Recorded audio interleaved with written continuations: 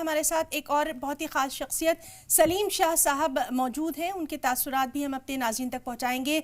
सलीम शाह साहब, एक ऐसे दौर में एक एंड ऑफ एन एरा अगर कहें तो गलत नहीं होगा। धर्मेंद्र साहब का इंतकाल यहाँ पर हो चुका है और जाहिर सी बात है हम सब के लिए, हर फिल्मी चाहने वाले के लिए एक बेहद दुख की ये खबर। आपके तासुरात चाहेंगे सर?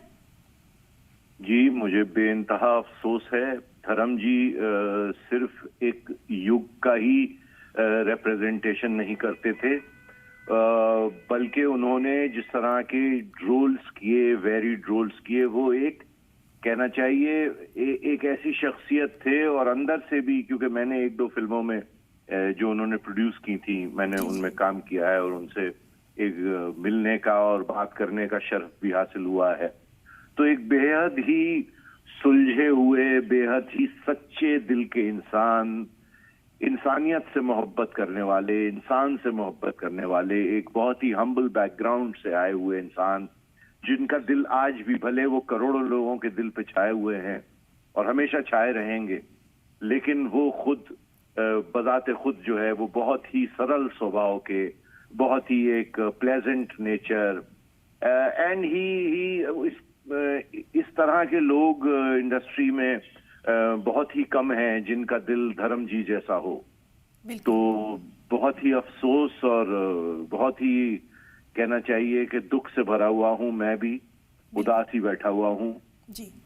और सलीम साहब, ये चंद ऐसे लोग हैं, चंद ऐसे नाम हैं जिन्होंने हिंदुस्तानी सिनेमा को नया आयाम दिया। किसी भी फिल्म की बात कर लें, हम और आप उनकी फिल्मों को देख के बड़े हुए हैं और कितनी बार भी उनकी फिल्मों को देख लें कम ही लगता है। बिल्कुल। और मैं पर्टिकुलरली, मैं स्कूल लाइफ से ही मैं बहुत ही फिल्म देखने का शौकीन रहा हूँ। तो भले उनकी प्रतिज्ञा हो, एक महल हो सपनों का, मतलब मैं आपको इतने नाम गिना दूंगा जिसमें अलग अलग भूमिका निभाई है। लोफर, जुगनू, ड्रीम गर्ल, मतलब ये तो जो बाकी जो सब वैसे लोग जानते हैं कि हाँ शोले है और चुपके चुपके है, वो तो है ही है। जी जी। पर वो इतनी सारी ऐसी फिल्म्स हैं कि जिसमें धर्म जी का परफॉर्मेंस तो लाजवाब था। और उन्होंने एक स्टैटिक, धर्म जी का हमेशा मार्केट वही रहा। ऐसा नहीं हुआ कि किसी फिल्म की उतना ना चलने से उनकी पॉपुलैरिटी पे फर्क पड़ा हो। बिल्कुल सही।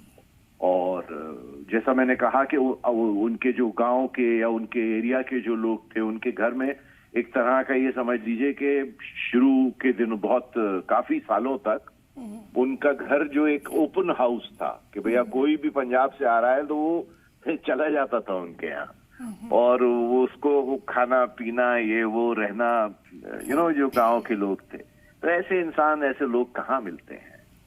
बिल्कुल सलीम साहब, आपने बिल्कुल सही कहा कि अब ऐसे लोग कहाँ मिलते हैं और इसीलिए शायद उनको याद करने वाले इतने ज़्यादा हैं कि आज जब उनके इंतकाल की खबर ये पहुंची है तो हर एक यही कह रहा है कि एक ऐसी शख्सियत चली गई जो कि हर आंख को नम कर गई है। सलीम शाह साहब, उनकी फिल्मों का अगर जिक्र किया जाए तो आपने यहाँ कई नाम लिए हैं और शोले के बिना तो शायद तमाम नाम अधूरे ही रहेंगे। एक ऐसी फिल्म जिसकी तारीख जो है हर उस फिल्म वाले को हमेशा याद रहेगी जो कि फिल्मों से मोहब्बत करता है, हिंदुस्तानी फिल्मों से।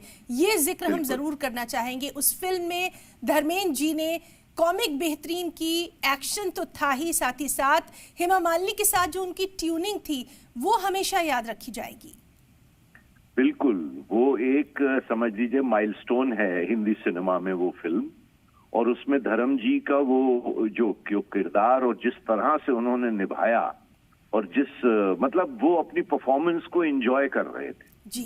शोले में तो छोटा से छोटा परफॉर्मर भी एंजॉय करता था, कर रहा था अपनी परफॉर्मेंस को। बट धर्म जी ने जिस तरह से उस रोल को निभाया, मैं नहीं समझता कि उस वक्त या शायद अब भी इंडस्ट्री में कोई भी उस रोल को इतना लाइवली तौर पे निभा पाता। हेमा जी से उनकी जो एक ट्यूनिंग थी, उनका अमिताभ बच्चन के साथ जो एक दोस्ती वाला जो बैंटर था, उनका जो गुस्सा था गब्बर के लिए, उनका जो जब अमिताभ बच्चन को मार देते हैं गब्बर के लोग, मतलब ये ऐसी चीजें हैं जो आपकी याददाश्त में समझे सदियों के लिए, अगर हमारी उम्र और ज्यादा होती तो शायद सदियों के लिए ये चीज जो है हमारे जहन पे बसी हुई है और बसी रहेगी। और मैं नहीं समझता कि कोई भी धर्म जी की जगह ले सकता है। बिल्कुल, ही इज अ लेजेंड। बिल्कुल बिल्कुल लेजेंड तो है ही, और साथ ही साथ उनके हैंडसम होने की बात तो यहाँ पर की जाती है, लेकिन चुपके चुपके का भी जिक्र हम यहाँ ज़रूर करना चाहेंगे। एक ऐसी फिल्म जिसने कहीं ना कहीं नए आयाम जो है वो कायम कर दिए थे, और बेहद खामोशी के साथ आज भी वो फिल्म जो है लोगों के दिलों में जिंदा है। जी, धर्म जी का एक खास वो ये था कि उन्होंने सिर्फ कमर्शियल डायरेक्टर्स के साथ काम नहीं किया जो उस वक्त के एक तरह से जो ऐसे फिल्म मेकर्स थे जो हट के फिल्म बनाते थे। ऋषिकेश मुखर्जी थे। जी जी।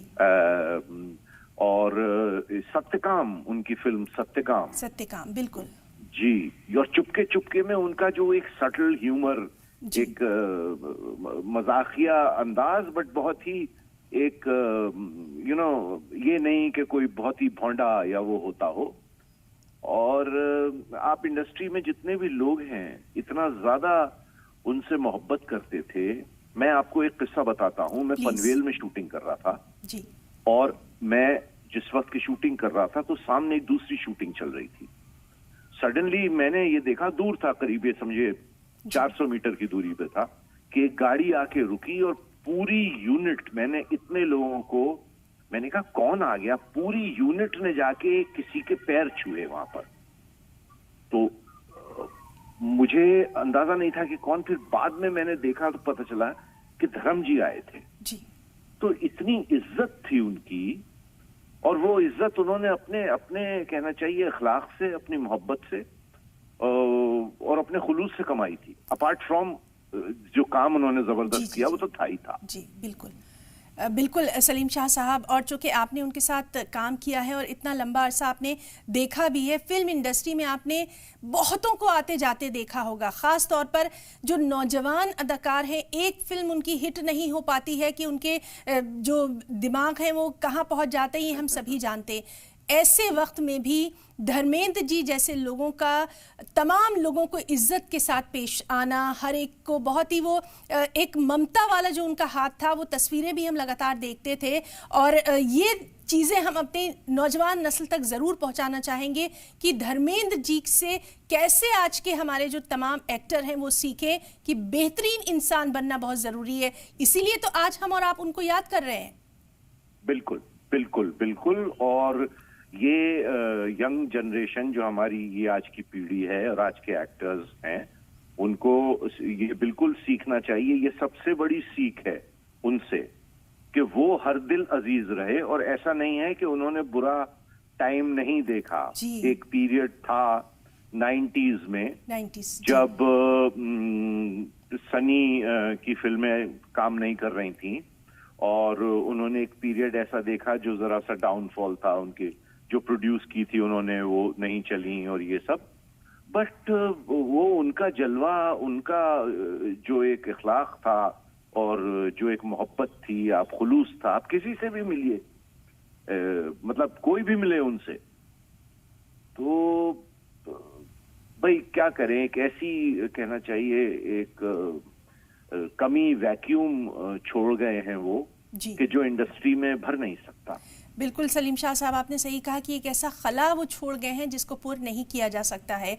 और इसीलिए हम यहाँ पर आप जैसे जो अदाकार हैं उनके ज़रिए तमाम तासुरात अपने नाज़रीन तक पहुँचा रहे हैं।